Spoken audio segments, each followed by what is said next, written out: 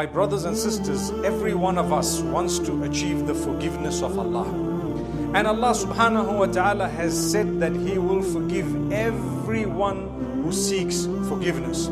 So, just to put things into perspective, no matter what you've done, if you seek the forgiveness of Allah, you change your ways, you promise Allah you're not going to do it again, Allah will forgive you completely and always. Remember that.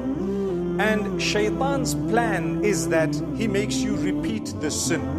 Out of human nature, you may fall again. But Allah's plan is that when you fall again, you come back again. And if you've fallen again, you come back again. And so on. There will definitely come a time when the gap between the sins is more.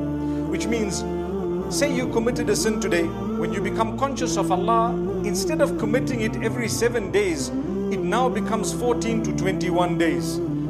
Is that an achievement?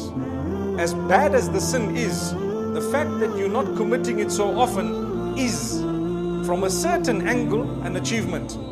Thank Allah for that. Make that gap bigger.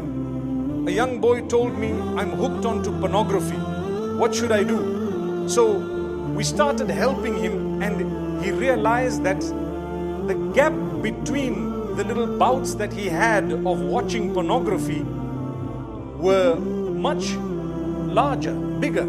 So instead of every day, it became once in a while, random. And after that, he stopped it completely. Subhanallah. That's the plan of Allah. When you start leaving bad for the sake of Allah, Allah will love you and help you to leave the bad.